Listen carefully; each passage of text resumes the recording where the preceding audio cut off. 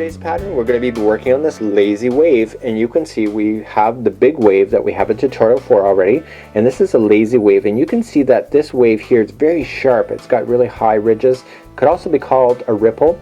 It could also be called a chevron, depending on the patterns that you want to use. And this one's very much of a lazy wave, I've called it. And the reason why is that the wave is not as significant, it's not as hilly as this, because there's significant differences on the top and the bottom to make the actual ripple to appear more just kind of flowing and more just lazy, I guess you could say. So let's get started on this tutorial, and this is actually a pretty easy one, so let's get started.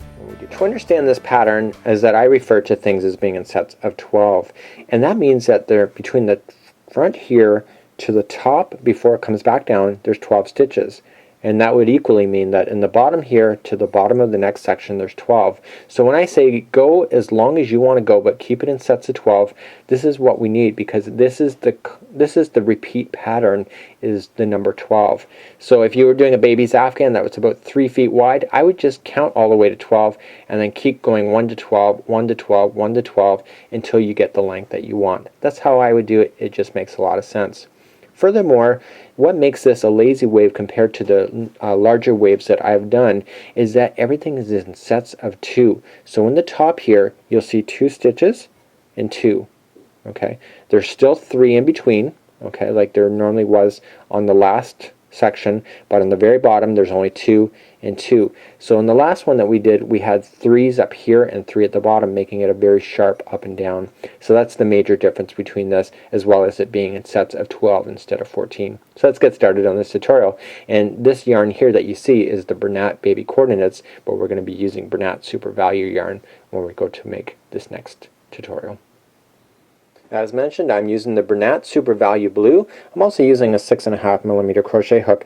When I was doing the baby Afghan that you just saw there, I was using a size G or a 4.5mm crochet hook, as well as some thinner baby yarn. So just make sure that your yarn matches your material, because you can find that this pattern will virtually, as long as your hook matches the yarn, you're going to be successful. Let's start off with a slip knot to get you started.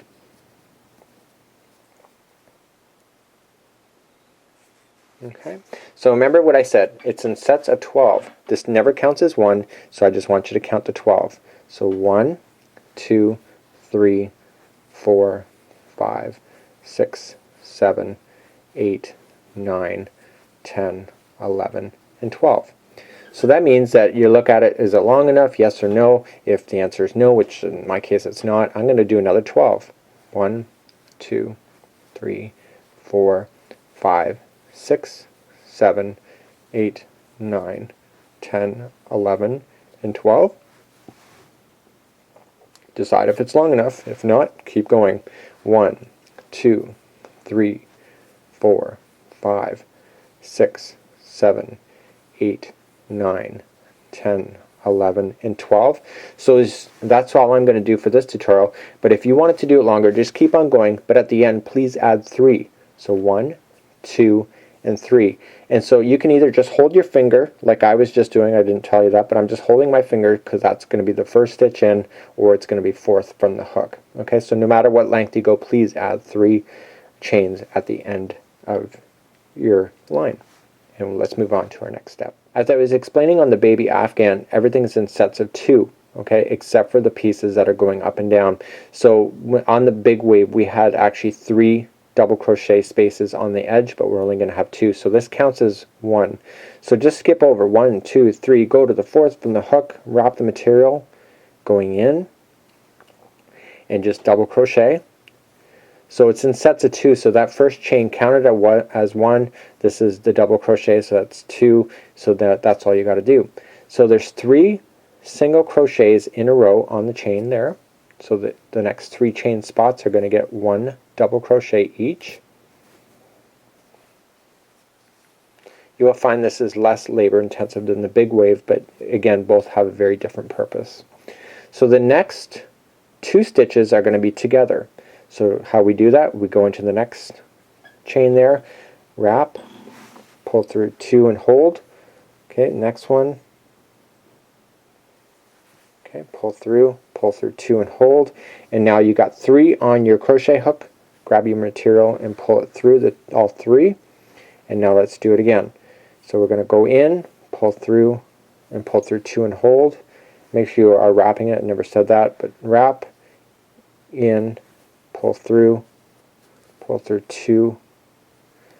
Okay, and now you got 3 loops. You're going to pull through all 3. Okay, so that's the base of the bottom. So this is kind of going up like that. And now the next 3 chain spaces are going to be 1 double crochet each.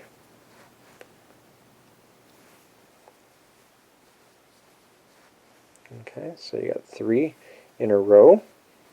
So now we're at the very top again of the peak. So the next chain space is going to get 2 double crochets into the same hole. Okay, so this is one side of the peak, and the next one is going to get 2 double crochets in that hole, and this is the other side of the peak. Okay, so this provides it to be fanned out, which provides it to go in an up and down motion. So the next 3 double crochets are going to be in a row. So 1 double crochet in each of the next 3 chains.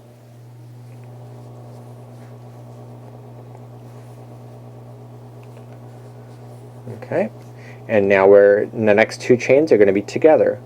Okay, so we're now at the bottom again. So we just go through and we're going to do the together piece, just like that, and then pull through 2 and hold. If you need a review, just going in, pulling it through, pull through 2 and hold, in, pull through 2 and hold. You'll have 3 loops on your hook, pull through all 3, and now we're ready to go up the other side of the hill again. So the next 3 chain spots are going to be 1 double crochet each. Okay, and now we're at the peak again, so the next one is going to get 2 double crochets right in the same hole, or the same stitch, or same chain, whatever you want to refer to it as. Okay, so the next one is going to get 2 double crochets as well. That's the other side of the peak.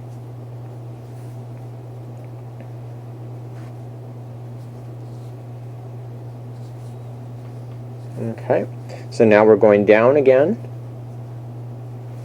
So for 3 double crochets in a row.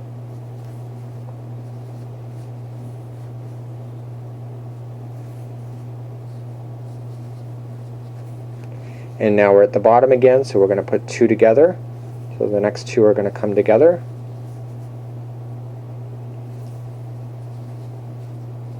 Okay, and the next 2 are going to come together.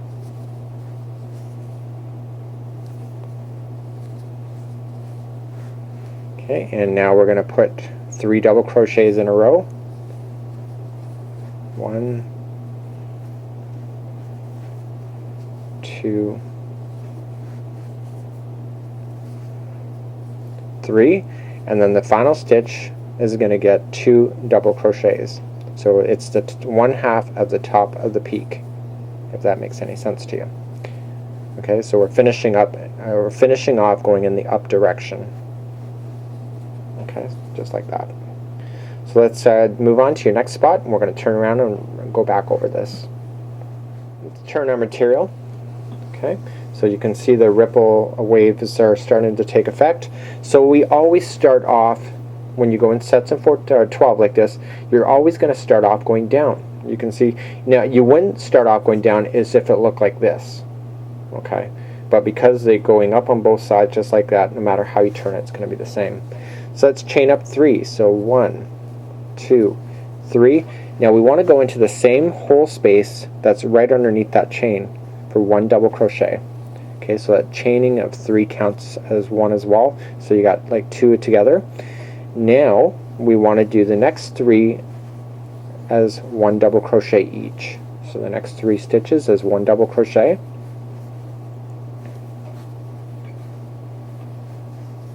And now the next 2 are going to be 2 together. So we're going to make them together. And you can kind of see how these are together and these are together. So the last one should be right at the base there. So that's going in, pulling through, pull through 2 and hold. Okay, so then this is the final one before we pull it together, and you can see that it matches right underneath. Okay, we pull it all together, and now let's do the next 2 together. Okay, so you kind of got that V shape going on, and the next 3 double crochets are in, one is in each stitch of the next 3. So we're going up the hill.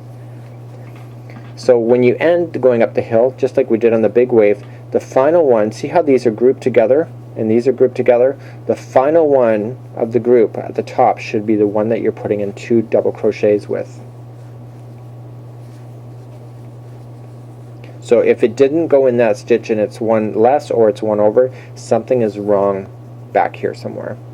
So we're coming down the other side of the peak, so the top of the other one, the next one will get 2 right in the same hole, which is in the same spot as where this is together. See how they're grouped?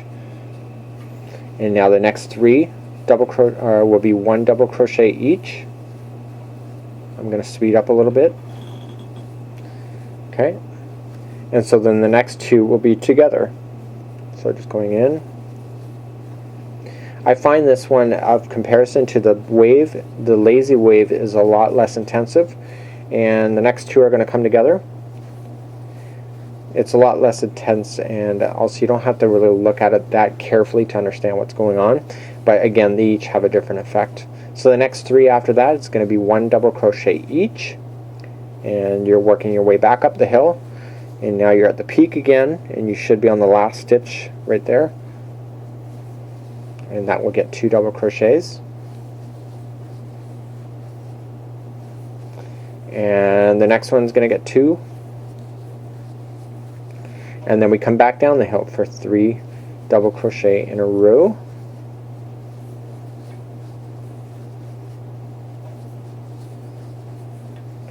Okay, and now we're back on the bottom again, so we do 2 together.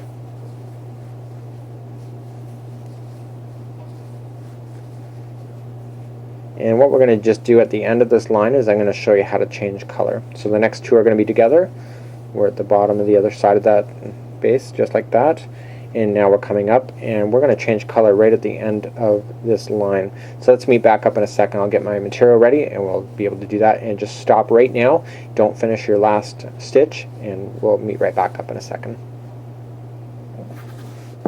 Okay, so we got our 3 double crochet in a row, just like you see, and then on the last one here we're supposed to put 2 double crochets. So we're going to do the first one, and so this is the second one into the same stitch, pulling it through, pull through 2 and hold, and I want you to hold that there. Get your next material ready that you want to use. I'm going to use white, and you can see I'm not using much of a straggler, but I do want to have some straggler so I can trap it in, create a slip knot, and slide that onto your crochet hook and pull it snug. Pull that white through the 2 blue. This is how you normally would change color anyway. So I'm now going to trim the blue, just like that. So you didn't see me tie any knots with the blue because I don't need to. And I want to get the stragglers in check. Okay, so these are the 2 stragglers here. This is the material going to the yarn ball, and I want to chain up 3. So just 1, 2, and 3. So I want to do it like I did before, and we're going to start off with 2 double crochet in the same hole, and the chaining is already considered 1. So just wrap the material, but this time make sure that you wrap underneath of those stragglers so that they appear on the top of the line, because when this goes around and you secure it, when you do the double crochet, it's going to lock it into position. Okay, so they should be coming out through the bottom of the stitch. So now the next 3 are going to be 3 double crochets by themselves. Okay, so 1 in each hole. So you're just going in, making sure the stragglers stay on top so that it goes over top and traps it, and you just double crochet as normal. Okay, the next one. So you're probably going to ask yourself, well, if you don't tie knots, is it going to fall out? And the answer is no. And the reason for it is that the way that this is being put onto here is that the string is wrapping onto itself, so if there's anybody pulling on it, it's only going to tighten it and not loosen. So the next 2 are going to be 2 together. You can kind of see that here. We're at the base. Okay, we want to continue to wrap those stragglers as long as we can, and if it's too long, then you can always trim them after. You can just let them fall out and trim them after, and put 2 together, and then we're coming up on the other side for 2 together.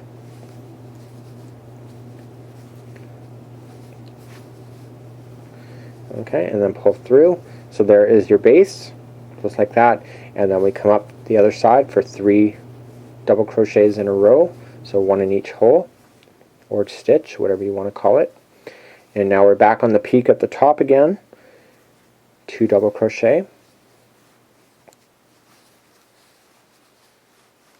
Okay, we're going to go the peak on the other side, so 2 double crochet. And then coming down the hole, or coming down the stitch, coming down the hill, I guess you can say, for 1 double crochet in each of the 3 stitches. We're now at the bottom again, okay, and we're just going to put 2 together. So okay, so let's explain something to you really quickly before we let you go for this tutorial. The reason why that it can be done like this is that in an actual fact, whenever we're going up and down, is that we're actually eliminating stitches down at the base over here, but then when we do the 2 up here, we're actually increasing the stitches. So even though we're taking away a stitch down here, we're increasing a stitch up here, which allows the wave motion to take place. So that's how that's working. So we come up the other side, 1 double crochet in each.